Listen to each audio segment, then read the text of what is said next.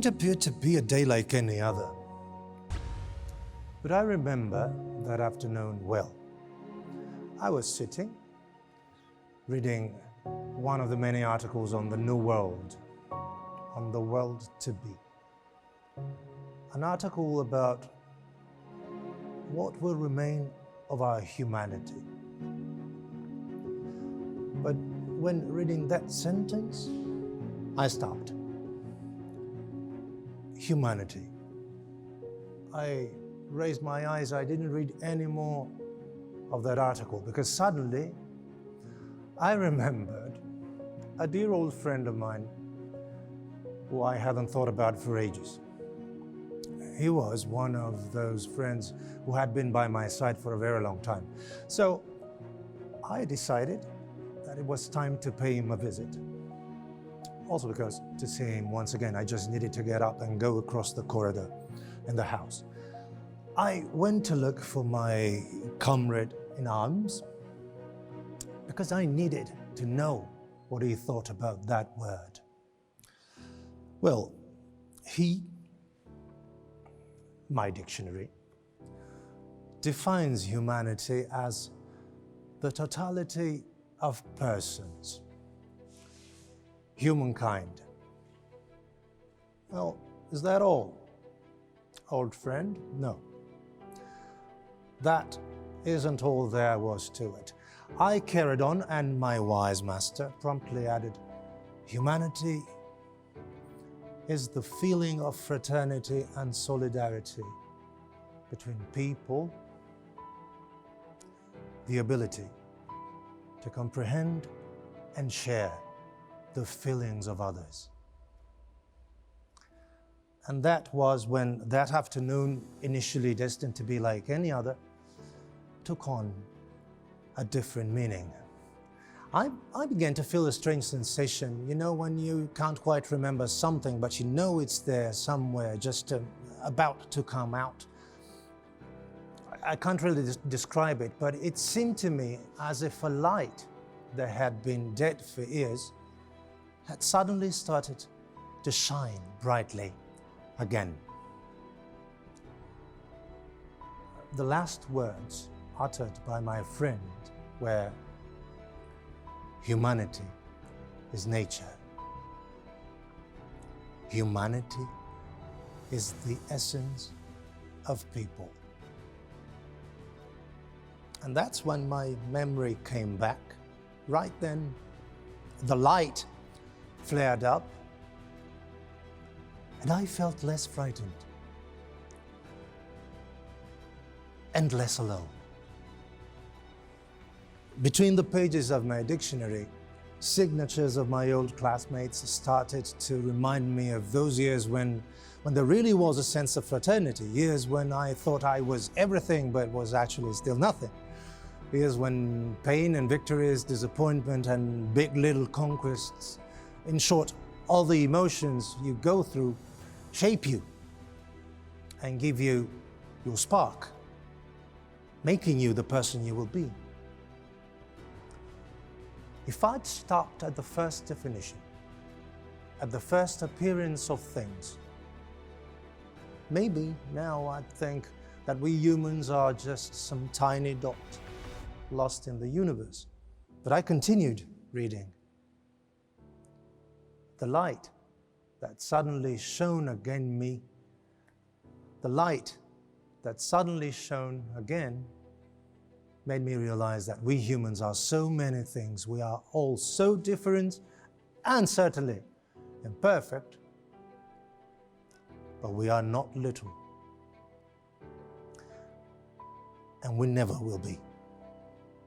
Maybe all it takes is coming up close to one of us, truly look into our eyes and see that they reflect all that we've seen during our journey, that our wrinkles say how much we have had to struggle in our lives, and lastly, that our smile is what shows that after everything we've been through,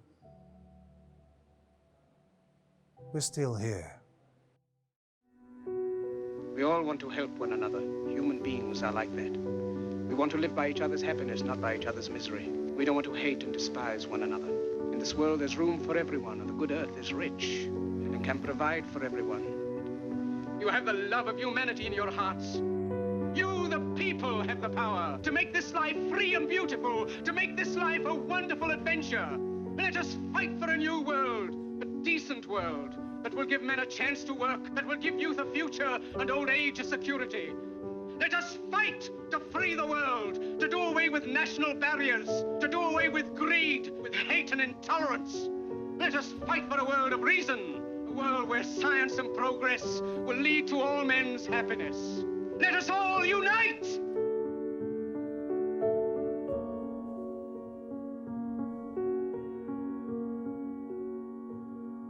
A day without laughter is a day wasted.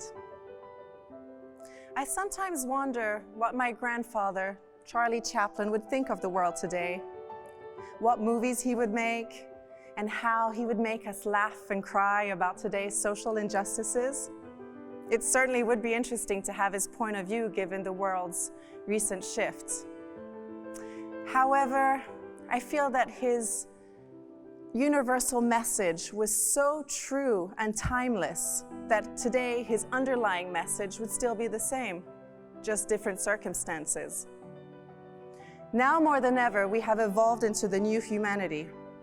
We have been reminded that love and kindness are the most essential things in life, how we are guests on this planet, and that our luxuries can be taken away in a second. So we need to be caring towards one another and make the most of our time together. But most of all, we have to remember that a day without laughter is a day wasted. People often ask me if it's difficult being in the shadow of such a big name. My answer is always no. I mean, how lucky am I to be related to a man that had such a great way of thinking and that pushed for laughter, love, and compassion. I like to think of him as my guardian angel. But in reality, he's everyone's guardian angel. All we have to do is listen to the few but powerful words of his beloved tramp. In finding his own way, Charlie Chaplin also opened up a way for others. If we are able to look beyond his art, beyond his enormous talent and genius, what I think really remains of Charlie Chaplin is his inner essence, his human condition, his being a human, his spirit, his fragility, and his fears, which were and are, after all, those of all of us. Charlie Chaplin was not afraid of being afraid. He lived during one of the toughest periods humanity has ever known, and he saw tragedy firsthand. And yet he decided to look at it from a different perspective and to fight against it with just the power of a smile, with the metaphorical power of comedy, with his unforgettable character dancing between comedy and drama. He used to say, "My character is man. I have not given him a name. He has no name. He is man." That's it. I think this maybe is the greatest lesson he ever taught us. The power that exists within our humanity.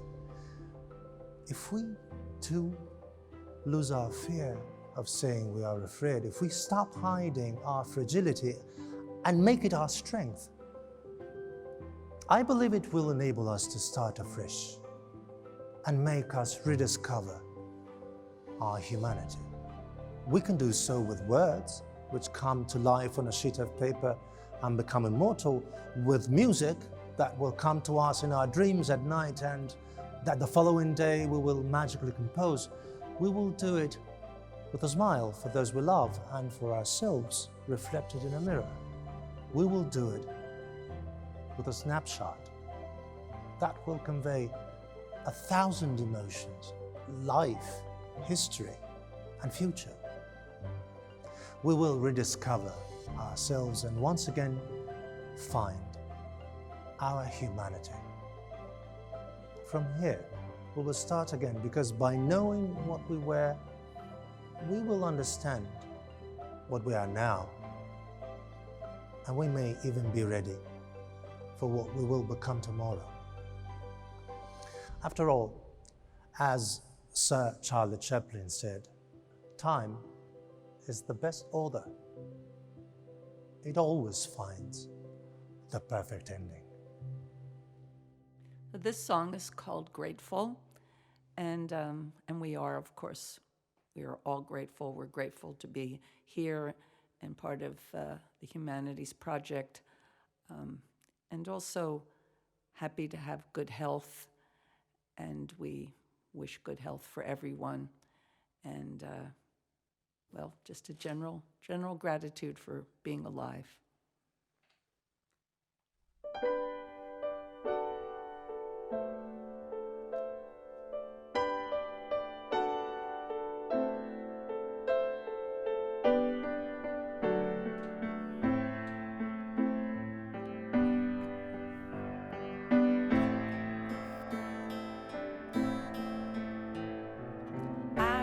Is just another skin, simply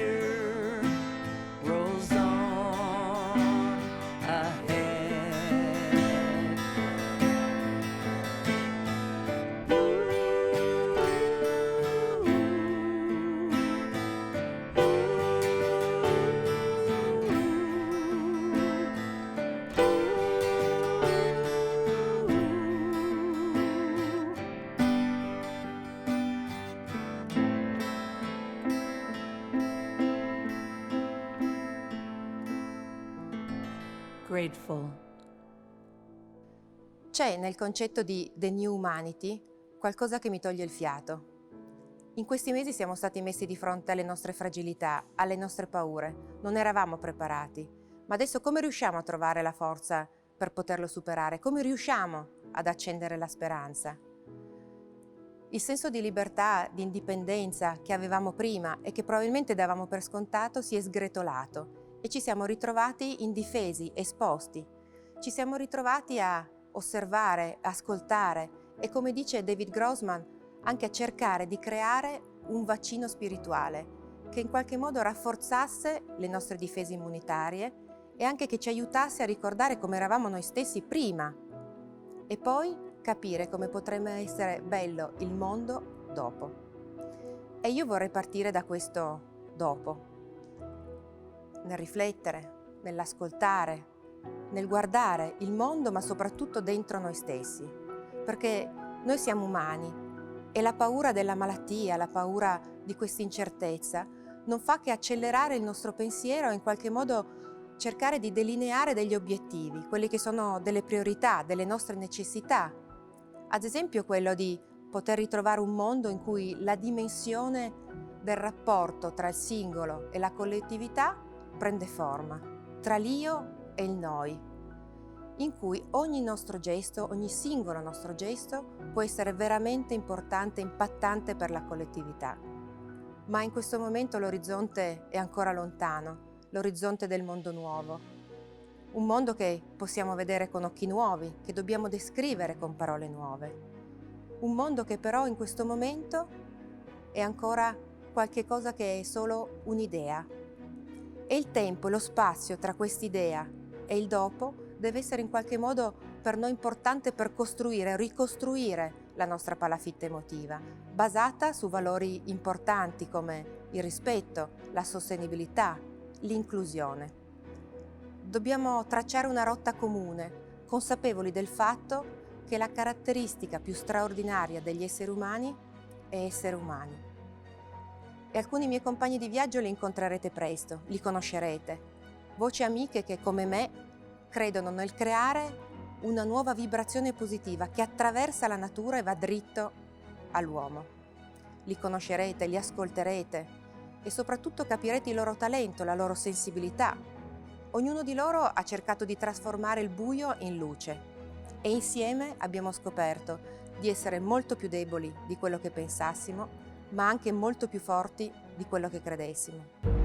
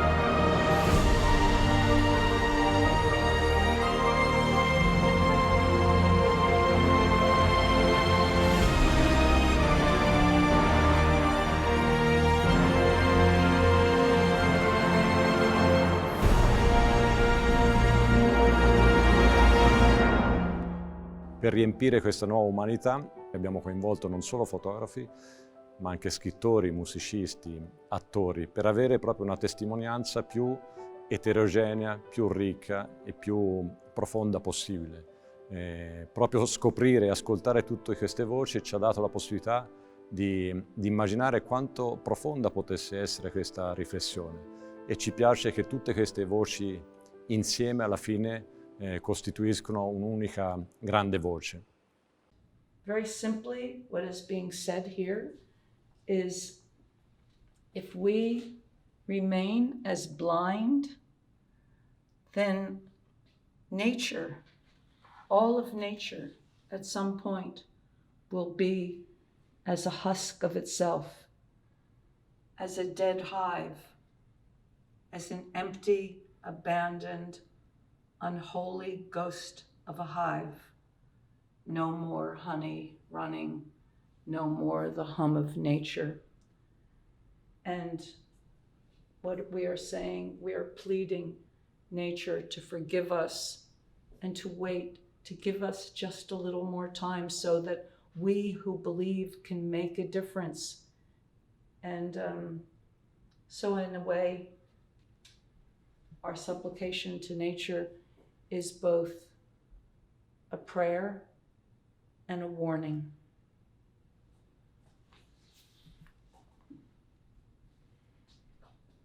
We always need a good reason to laugh, whereas they just laugh and that's it. We wake up wondering how to fill our day, whereas they open their eyes and already know it's going to be a great day to find out something new.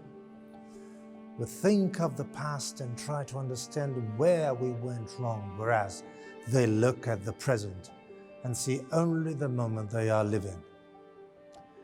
We were them, and they will be us.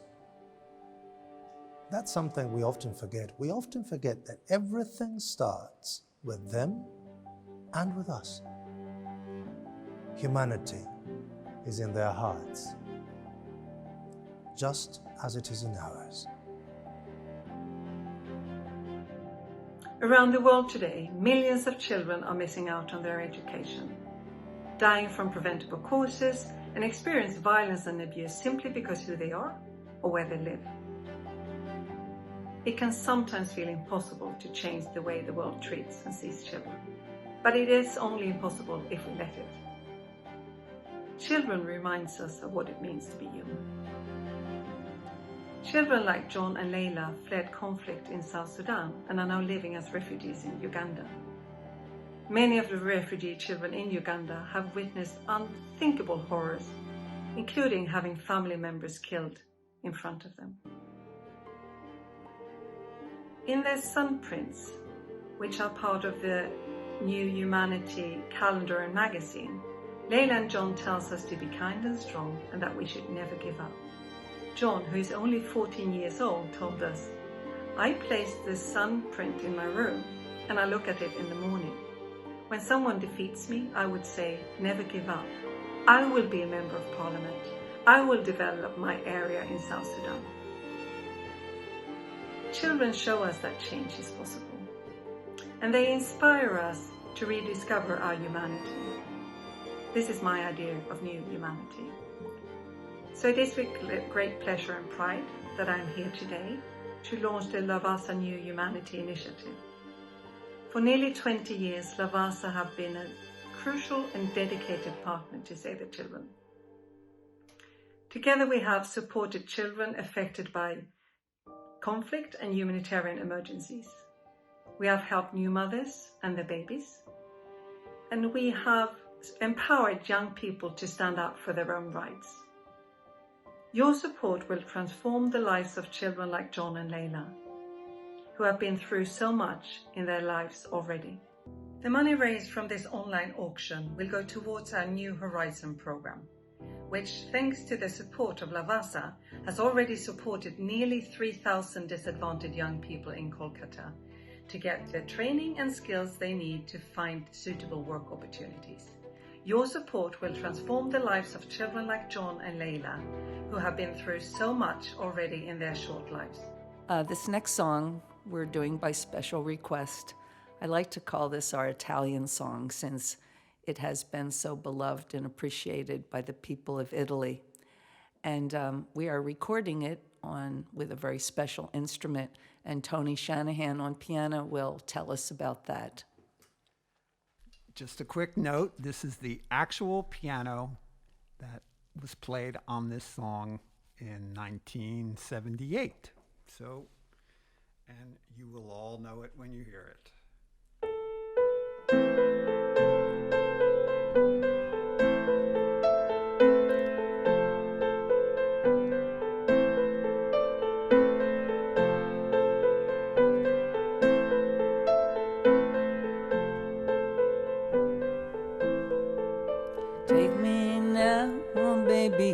as I am.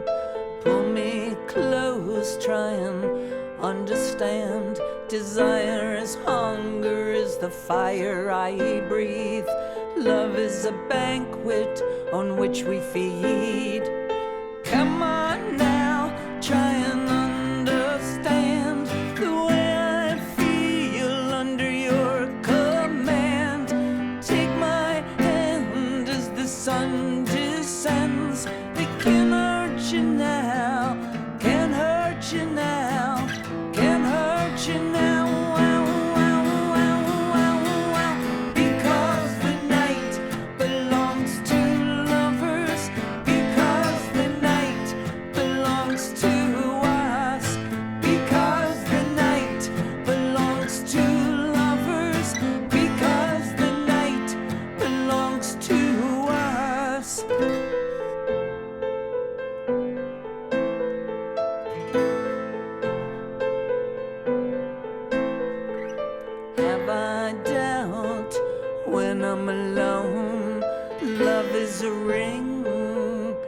Telephone.